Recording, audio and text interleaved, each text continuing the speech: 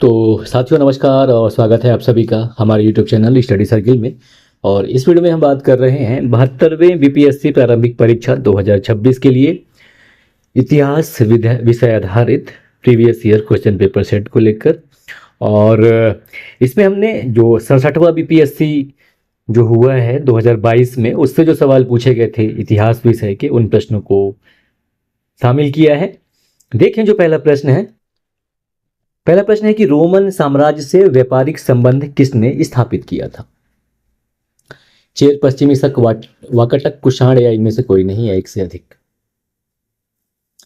तो ये जो रोमन साम्राज्य से व्यापारिक संबंध है ये भारतीय मतलब इंडियन कॉन्टेक्स्ट में दक्षिण भारत के समकालीन राजवंश विशेषतः चेर और पांड्य ने स्थापित किए थे। इसके अलावा उत्तर और मध्य भारत के कुषाण शासकों ने किया था। तो यहाँ पे ए और डी दो हैं, तो यहाँ पे सही विकल्प ई हो जाएगा उपर्युक्त में से एक से अधिक। अगला दूसरा प्रश्न है कि मुस्लिम शासक जिसका साम्राज्य दारुल इस्लाम का एक भाग माना जाता था कौन था। दारुल इस्लाम यानी कि जहां पे मुस्लिम शासन के अंतर्गत मुस्लिम विधि के अंतर्गत शासन किया जाता हो। विकल्प है रजिया सुल्तान, इल्तुतमिश, नासरुद्दीन, बलबन या फिर कोई नहीं है एक से अधिक। तो ये इल्तुतमिश के समय ऐसा होता था, तो सही विकल्प यहाँ पे बी हो जाएगा।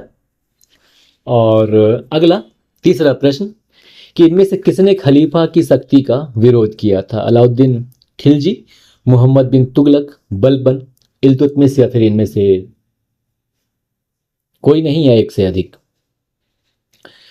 तो खलीफा यानी खिलाफत की शक्ति का विरोध अलाउद्दीन खिलजी ने किया था और मोहम्मद बिन तुगलक ने भी किया था। तो ए और बी यहाँ पे सही है, इसलिए सही विकल्प यहाँ पे ई हो जाएगा कि इनमें से एक से अधिक सही विकल्प है, इसलिए सही विकल्प ई। ठीक है। अगला चौथा नंबर प्रश्न है हमारा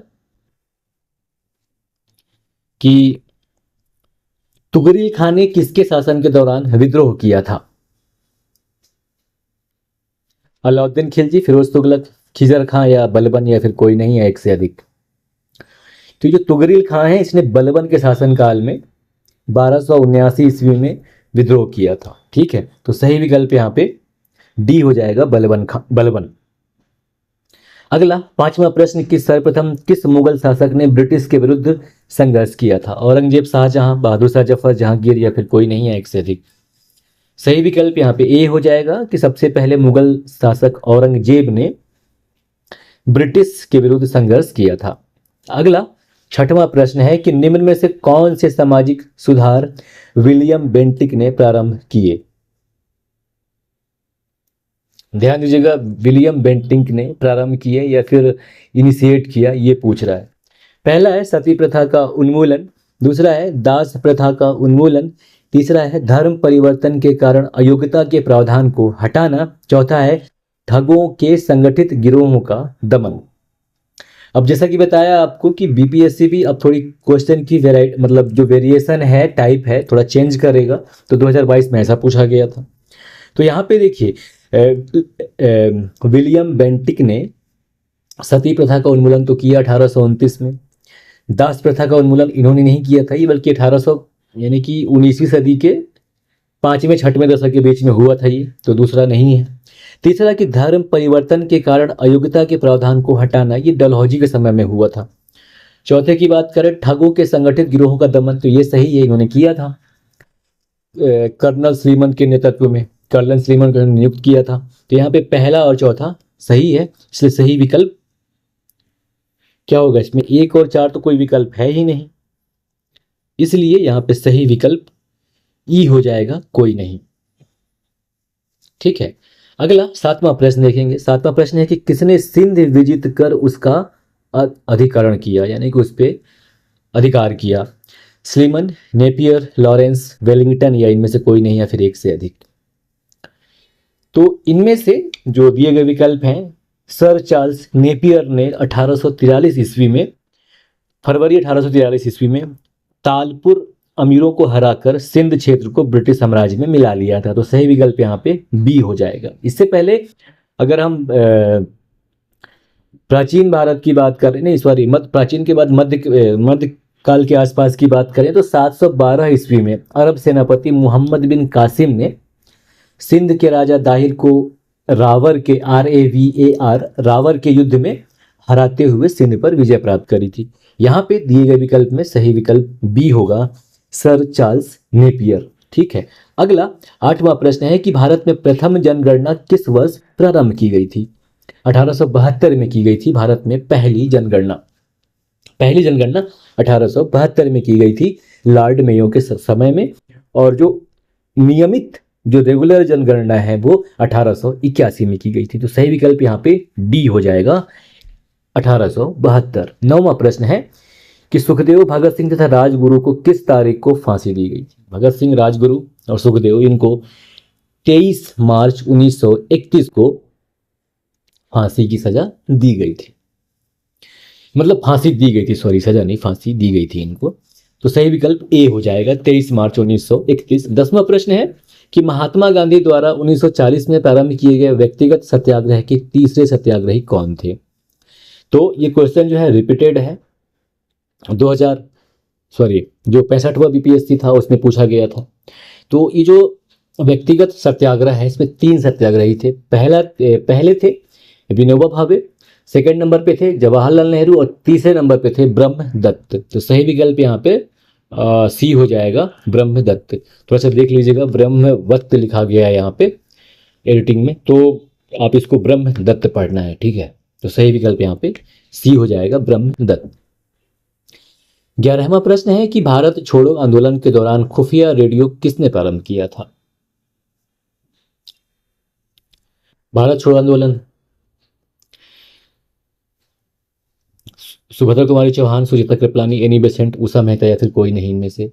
तो देखिए, असल में जो खुफिया रेडियो है इसको ना उषा मेहता, विट्ठल भाई झावेरी और चंद्रकांत बाबू झावेरी के द्वारा मिलकर प्रारंभ किया गया था। तो उषा मेहता है यहाँ पे विकल्प, सही विकल्प डी हो जाएगा, उषा मेहता। अगला 12वां प्रश्न है कि मगध शासक बिंबिसार का चिकित्सक कौन था? तो जो मगध शासक बिंबिसार है जिसका पुत्र अजातशत्रु है, तो बिंबिसार का जो चिकित्सक था जीवक था। ठीक है। तो सही विकल्प यहाँ पे बी हो जाएगा, जीवक। अगला 13वां प्रश्न कि बिहार में तुर्क सत्ता का वास्तविक संस्थापक कौन था? बिहार में तुर्क सत्ता का वास्तविक संस्थापक जो था वो बख्तियार खिलजी था, इब्न बख्तियार खिलजी था। तो सही विकल्प ए हो जाएगा यहाँ पे। ठीक है। अगला 14वां नंबर प्रश्न है कि बिहार के प्रथम भारतीय गवर्नर कौन थे?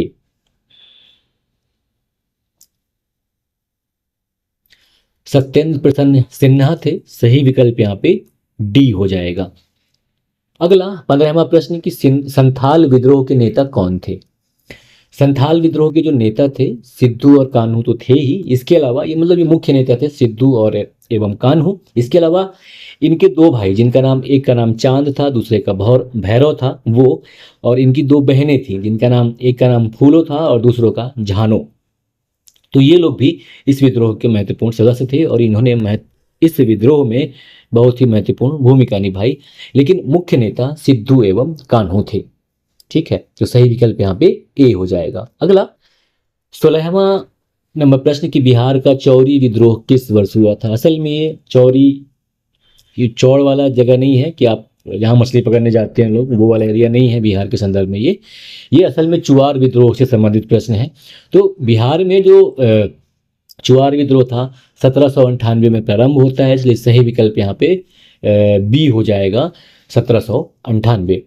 और अगला 17वां प्रश्न है कि किस वर्ष उड़ीसा को बिहार से पृथक किया गया, यानी कि उड़ीसा को बिहार से कब अलग किया गया? देखिए, बिहार और उड़ीसा अलग प्रांत बना 1912 में, और उड़ीसा को बिहार से 1936 में अलग किया जाता है, 1 अप्रैल 1936 को।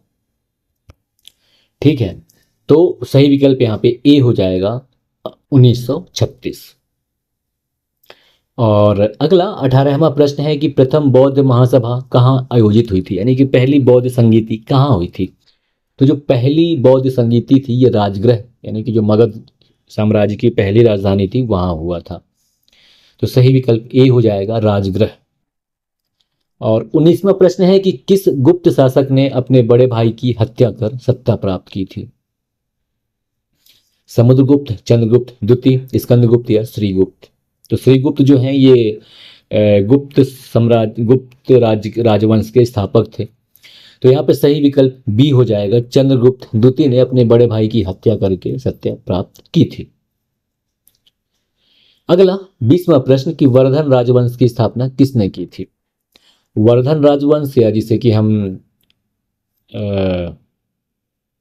पुष्यभूति राजवंश भी कहा जाता है, प्रभाकर वर्धन वगैरह जिसमें थे राजा। और तो यहाँ पे सही विकल्प डी हो जाएगा कि वर्धन राजवंश की स्थापना जो है पुष्यभूति ने की थी। ठीक है, तो सही विकल्प डी। अगला 21वां प्रश्न कि बारदोली सत्याग्रह का सफल नेतृत्व किसने किया था। बारदोली गुजरात में हुआ था, तो इसका सफल नेतृत्व जो है सरदार वल्लभ भाई पटेल ने किया था। तो सही विकल्प डी हो जाएगा, वल्लभ भाई पटेल।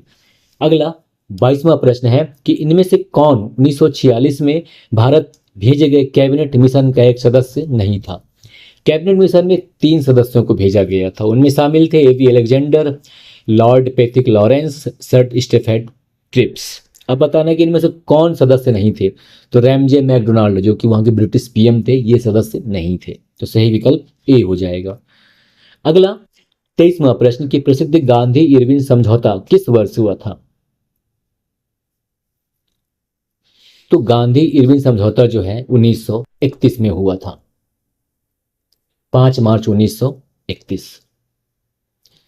तो सही विकल्प बी हो जाएगा। अगला 24वां नंबर प्रश्न की भारतीय राष्ट्रीय कांग्रेस ने किस सत्र में पूर्ण स्वाधीनता का प्रस्ताव पारित किया था कि अब हम पूर्ण स्वतंत्र प्राप्त करेंगे।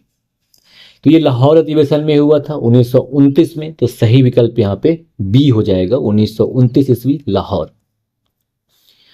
अगला 25वां प्रश्न कि सुभाष चंद्र बोस ने निकोबार द्वीप को नया नाम क्या दिया था। तो सुभाष चंद्र बोस 1943 के आसपास जब ये वहां जाते हैं तो स्वराज द्वीप नाम दिया था निकोबार द्वीप को। इसलिए सही विकल्प डी हो जाएगा, स्वराज द्वीप। और ये अभी हाल ही में कुछ समय पहले, एक या 2 साल पहले, अभी याद नहीं आ रहा है, देश के हमारे पीएम ने भी जगह का कुछ नाम चेंज किया है, वही है ना। तो यहाँ पे सही विकल्प डी हो जाएगा, स्वराज द्वीप। ठीक है।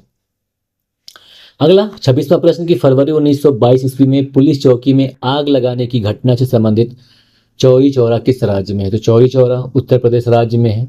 और ये सवाल पिछले बार भी रिपीट हुआ था। तो सही विकल्प यहाँ पे सी हो जाएगा, उत्तर प्रदेश। अगला 27वां प्रश्न कि खुदीराम बोस ने किस स्थान पर जॉर्ज किंग्सफोर्ड की हत्या का प्रयास किया था। 1908 में किया था, मुजफ्फरपुर में। तो सही विकल्प यहाँ पे बी हो जाएगा, मुजफ्फरपुर।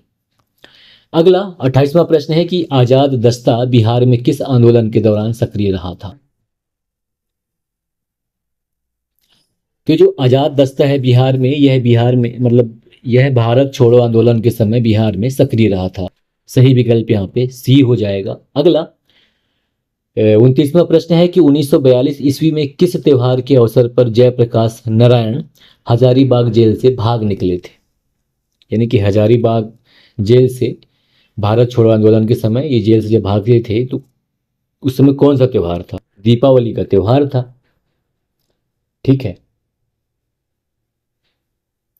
तो सही विकल्प यहाँ पे सी हो जाएगा, दीपावली। अगला 30वां प्रश्न है कि सीमांत गांधी के नाम से कौन जाने जाते हैं। सीमांत गांधी के नाम से खान अब्दुल गफ्फार खान जाने जाते हैं। तो यहाँ पे लिखा है अब्दुल गफ्फार खान, सी विकल्प। तो सही विकल्प सी हो जाएगा, अब्दुल गफ्फार खान। ठीक है। अगला 31वां प्रश्न कि झांसी की रानी लक्ष्मीबाई की मृत्यु कहाँ पर हुई थी।